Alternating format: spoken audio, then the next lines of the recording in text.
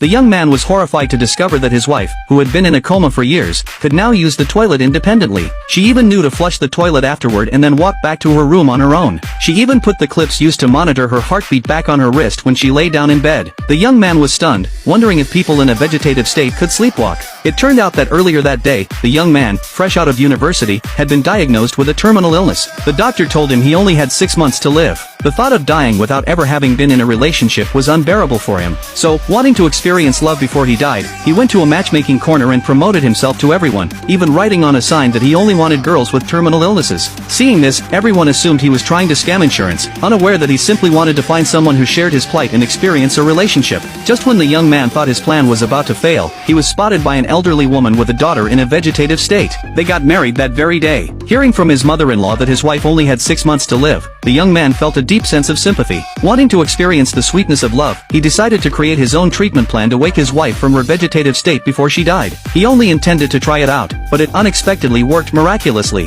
That very night, the woman, who had been in a vegetative state for several years, began sleepwalking. She could not only get up to use the toilet on her own, but she could even lie back down in bed and put on her clamps. At this moment, the young man suddenly remembered his mother-in-law's words. She said the doctor had said that the woman's coma was caused by psychological trauma. To understand what had happened to the woman, the young man opened her suitcase and found a blue diary inside. After reading its contents, he finally understood the whole story. It turned out that the woman, like him, had been diagnosed with late-stage cancer during a medical checkup and had less than 6 months to live. However, she was afraid her lonely mother wouldn't be able to handle the blow, so she had kept it a secret. Later, her health deteriorated rapidly, and she eventually collapsed and fell into a coma. The young man noticed something amiss with the test report. It wasn't stamped, and the signature was handwritten. This clearly violated legal regulations, suggesting someone was deliberately framing the woman. He frantically called out to the woman, trying to wake her, but to no avail. After learning that the woman had been framed and was under immense psychological pressure, causing her to fall into a coma, the young man tried various methods to provoke her every day. After half a month, he finally managed to wake her up. However, she didn't disturb the young man. Instead, she had her nanny tell him that her mother had taken her to a nursing home. She then went to the hospital with her mother for a checkup.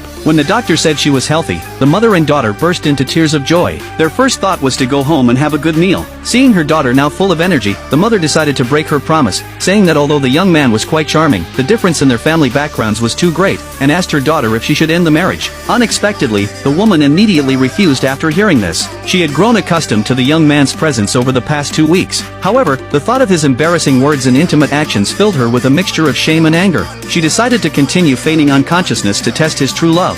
Unbeknownst to her, the young man already knew she had woken up. Because she had sleepwalked, he was afraid she would get hurt, so he installed surveillance cameras in the room. Since the woman intended to test his feelings, the young man